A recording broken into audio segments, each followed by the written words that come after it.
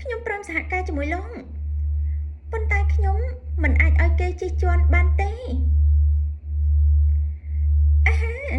មនុស្សលោកនេះងាយចរចាដែរតាຕົកចិត្តចោះខ្ញុំនឹងធ្វើឲ្យម៉ាក់របស់លោកជួបស្នេហ៍ខ្ញុំដកចិត្តមិនរួចឡើយ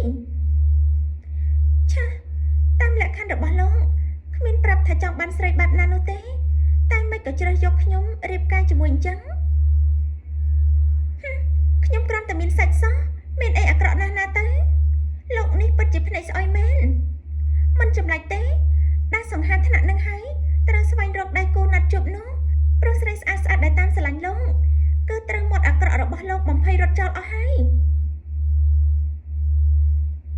ខ្ញុំទទួលស្គាល់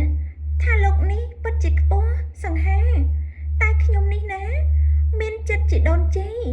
គ្មាននិស្ស័យនឹងមនុស្សប្រុសនោះទេអូយអ្នកទាំងអស់គ្នាអើយរឿងនេះធានាថាបើសិនជាបានមើលគឺសើចហ្មង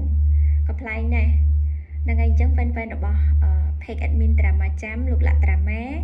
drama feel ក៏ដូចជាថ្មីនេះយើងមាន page ថ្មីមួយទៀតគឺ just drama អញ្ចឹងកុំភ្លេចរងចាំតាមដានទាំងអស់គ្នាណាជួយ support គ្រប់គ្រង admin ផងដើម្បីជាកម្លាំងចិត្តឲ្យ admin នឹងមានកម្លាំងបញ្ចូលរឿងបន្តទៀតឲ្យ fan មើលអូខេ